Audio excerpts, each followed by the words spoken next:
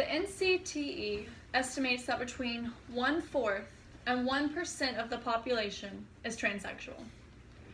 That translates to roughly 7 million people who are transgenders. There are 10 million people in North Carolina. We can guess that there are about 100,000 who identify as transgenders. At this point, the entire country has heard about this new law. On March 23rd, the governor of North Carolina, Pat McCrory, passed a law that states the following: an act to provide for single-sex, multiple occupancy bathroom and changing facilities in schools and public agencies, and to create statewide consistency in regulation of employment and public accommodations. So what this law translates to is that transgenders are not going to be able to use the bathroom that they feel the most comfortable in. Going to the bathroom is a simple task that we do every single day. Whether you're in class or at work, or you're just out and about with friends, if you have to use the bathroom, you get up and you go to the bathroom. You don't think twice about it.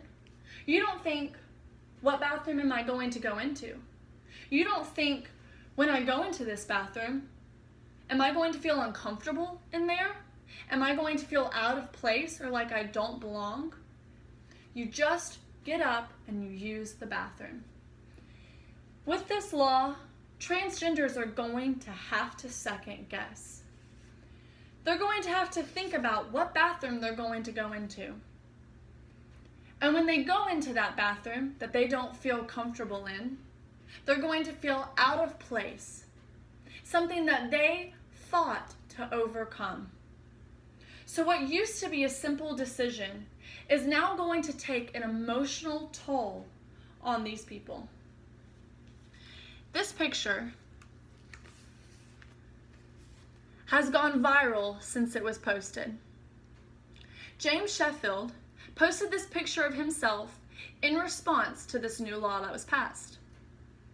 As you can see in the picture, James is a man, but biologically he was born a female.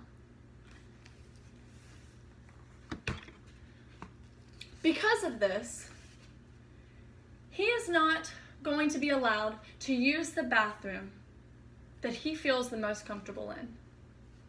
Because he didn't feel comfortable in his skin as a female, he went through the emotional, stressful, and in-depth process of transitioning into a man.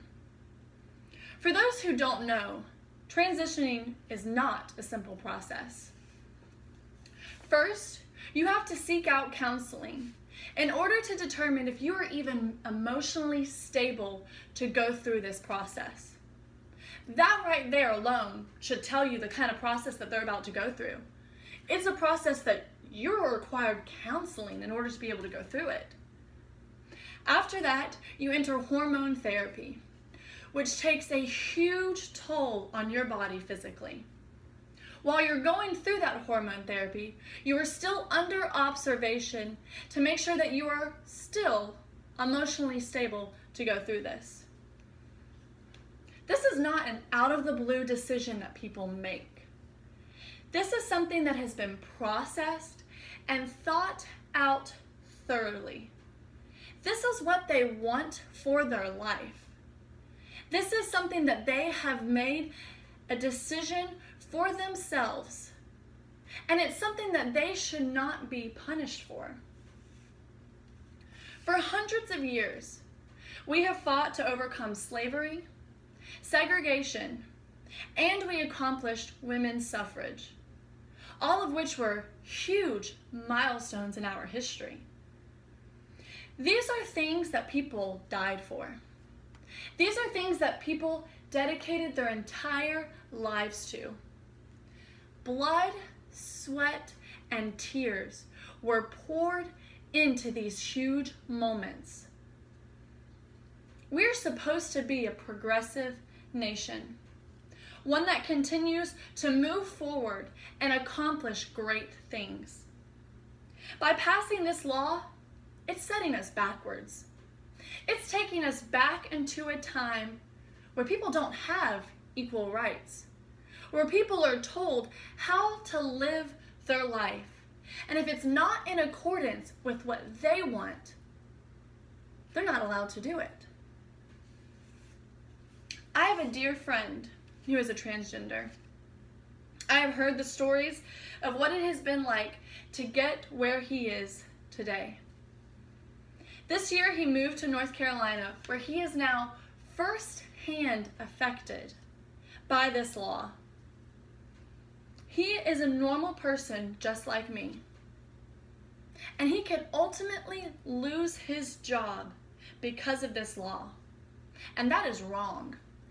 Ethically and morally, it is wrong to do that to a person who is just like us. He's no different than me. But because he's different than what society wants to accept, he's going to be punished for that. So what is the solution for this problem? What we do is we go after the state senate. We plead our case to them. We give them the facts about what they are doing, the effect it's going to have on us. We protest and we sign petitions. We make our voices heard. And we let them know that we will not stand by this law. Transgenders are people too.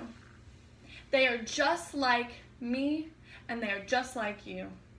And they deserve to have the same rights as we do, because that is something we have fought so hard to have.